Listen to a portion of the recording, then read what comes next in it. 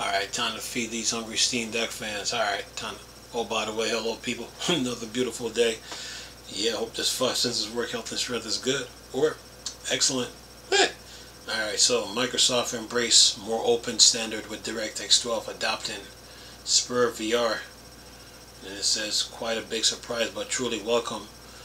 And a great one for game developers. Microsoft are moving forward to open standards by adopting Spur V for DirectX, joining up with Chrono, Spur, and Vulkan working groups. Once shader Model 7 is released, it means that DirectX 12 will accept shaders compiled to Spur. This change could make it a whole simpler for developers to put their games on Linux and make the job of Proton gets Windows games working on Linux and Steam Deck a bit easier. And what else we got here? It says here in the 8 years since Shader 8 Model 6 was first introduced, Direct 3D HLS has grown considerably, both features and adoption release. DirectX, GitHub, and tremendous distribution from open source calibration and partners play a significant role in expanding HLSL users base on including Vulkan and Metal developer. As a result, this expansion, the team is focusing on developing HLSL support and Clang to enable us to keep up with the industry demands, openness, and featureness as we look to end the best way support the full spectrum of users. We are working hard to support HLSL for both DXIL and Spur V and Clang and LLVM. To better enable HSL and Vulkan support, the team is now participating in Chronos groups, Spur and Vulkan work groups. This direct participation will allow smoother collaboration and more rapid adoption of Vulkan features. We believe this will ensure that HLSL is the best language for writing shaders for every GPU runtime environment. Alright, you little Linux users, you're getting spoiled. Alright. Okay, what else we got? Let's see what else we got here. So the last Epoch dropped the native Linux version. Devs tell players to use Proton. That's more like it. Alright. So let's see here. Without any warning, 11th Hour Games have completely dropped support for, completely removed the native Linux version for last Epoch, and said initially the patch notes didn't even mention Linux at all, but later updated with the Steam Deck version expanded and included the notice. In the changelog they state that we're no longer building on native Linux client and recommend Linux players use Proton and Linux, which provides a much better experience. Alright, good news. So the game is currently Steam Deck playable, rated 9 with Proton. Alright, keep moving. So you guys, okay, what's this? Warhammer 40,000 Dawn of War and Dawn of War 2 gets free anniversary edition upgrade. Alright, so what do you get here? Let's see, so you get Dawn of War, Soulstorm, Winter Assault, Dawn of War 2, Retribution and Chaos. You get all the DLC packs.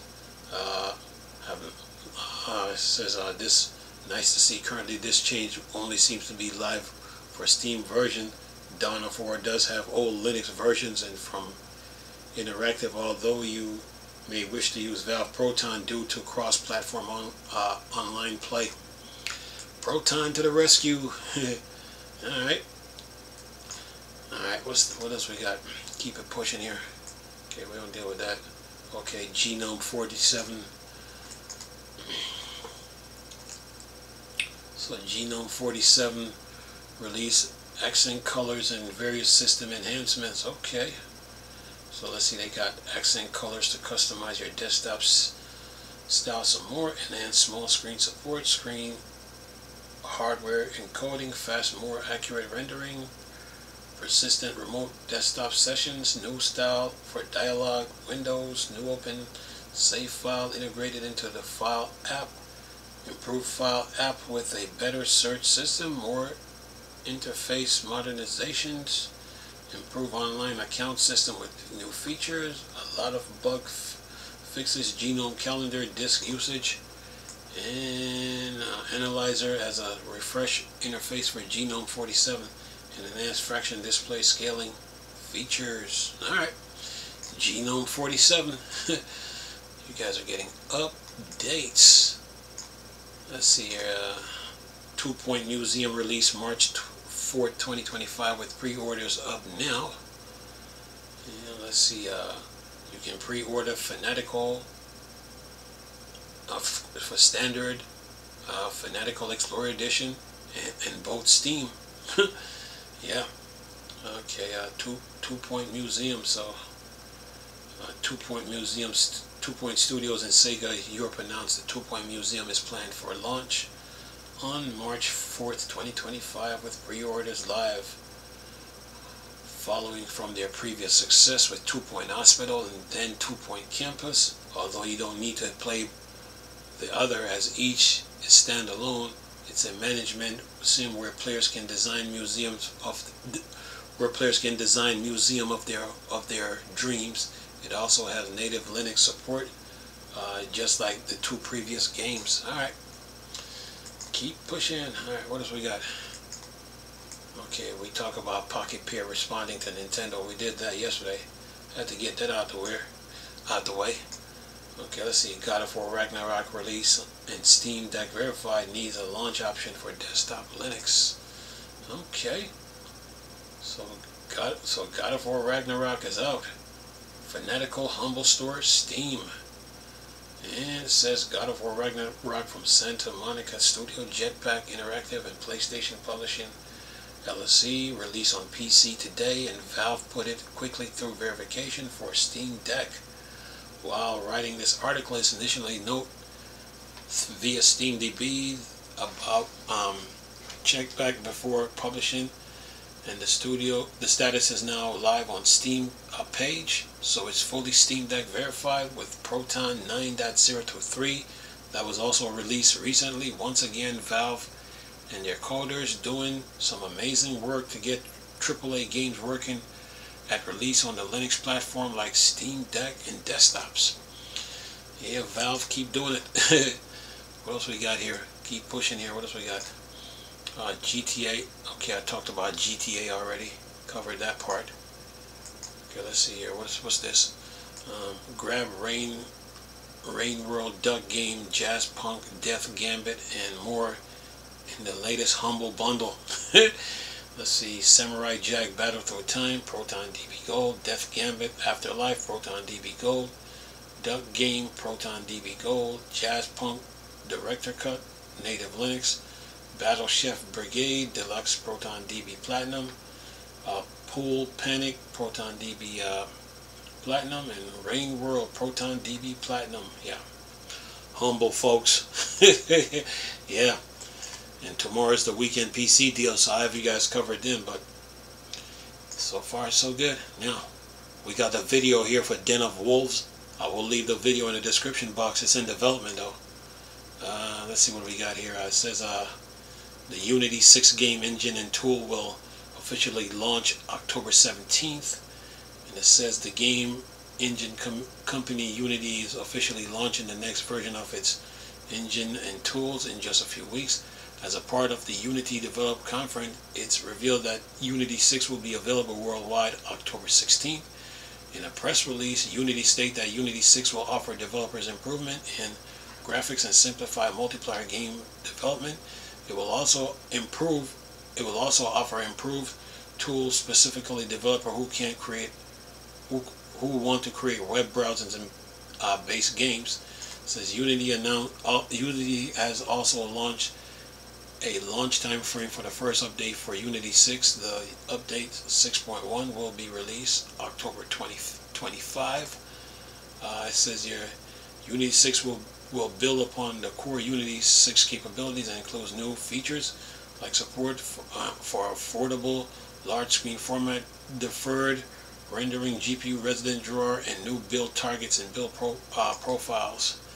And it says one of the first games that has been confirmed for Unity 6 is Den of Wolves. The co-op sci-fi first-person shooter is being made by 10 Chambers, who used an earlier version of Unity to make its first game, GTFO. Originally, the development team was going to use Unity 2022 LTS to make Den of Wolves. However, they were so impressed with the pre-release version of Unity 6 that they decided to switch engines midway through the making of the game. You can see a brief tech demo of the game on YouTube. And then it says the release of Unity 6 will come at a critical time for the company, which is still dealing with the effects of its previous decision a year ago to implement a pre-install run fee for all games that use this engine, that caused a ton of negative response from Unity developers, and company quickly backtracked on most of those changes. Last week, Unity ditched the runtime fee entirely from its plans. Alright, change is good. Alright, what else we have here? Let's see here. Okay, let's see. Krafton CEO does not expect Hi-Fi Rush 2 to make money, but that's fine with him. He says earlier this year Microsoft decided to close 3 of his internal games development teams. That includes the Japan-based Tango Gameworks, maker of The Evil Within, Ghostwire Tokyo, and Hi-Fi Rush. Most recently, Krafton, best known for a publisher behind the hit Battle Royale game PUBG, announced it was going to acquire Tango Gameworks and the rights to Hi-Fi Rush game franchise. However, in a new interview with game developer Krafton CEO Chang, Kim stated that this acquisition was not completely driven by money. In fact, Kim said that if the revived Tango Gamer team release a sequel, it won't be because they expect it to be a huge financial success, he says. Then he says, we can't acquire Tango Gameworks based on their financial or their number, right? We don't think Hi-Fi Rush 2 is going to make us money, to be frank, but it's part of our attempt. We have to keep trying to develop games in the spirit of challenge and taking. And then it says, Kim says the people, whoops, if I can get this here.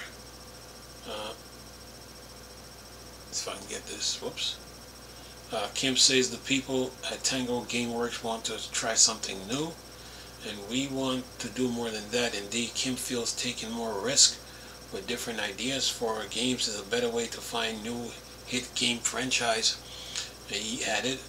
And then he says, just recoup the production costs, please, is what I say, but that in itself is a pretty big challenge.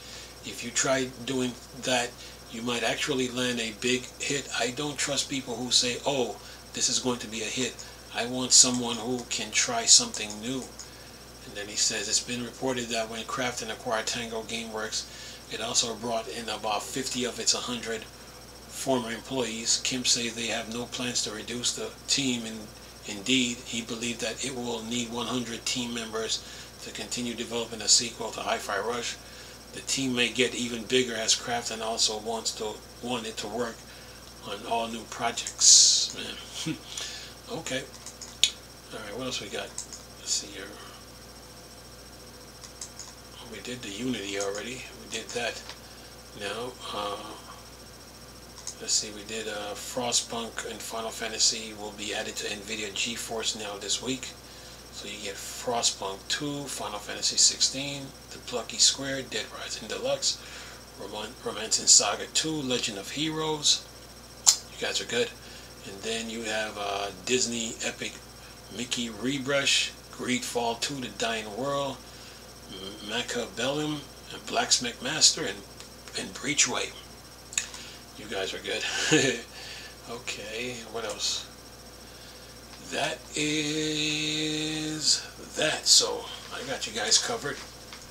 News, deals, games, update, the usual on the Steam Deck front. So I got you guys covered. And tomorrow I'll do the weekend PC deal, so I'll keep you guys in the loop. But anyway, you know, plenty of games. Oh, come on, now you want to bother me when I'm ending the video, right? Very funny cat. You know I'm in the video, right? Now he wants to hang with me. This little fella here, man. He wants to hang out with me. You see me ending the video, right? You do know this, right? This cat is funny. Always want to come lay in my lap, man. He does that all the time. Anyway, so tomorrow I'll continue with the weekend PC deals and carry on from there. There's one video to watch, Den of Wolves, so I'll leave it in the link in the description box. And hope you guys have a great weekend. Enjoy your Friday. Hope you enjoyed the video. Nice talking to you people again. Chris, it's still Star Wars and Star Trek thing. Bored. Dark side. I'm gone. Peace. To see this cat. Look at him, man. It's going to take up my time, man. Yeah. Cats. Anyway.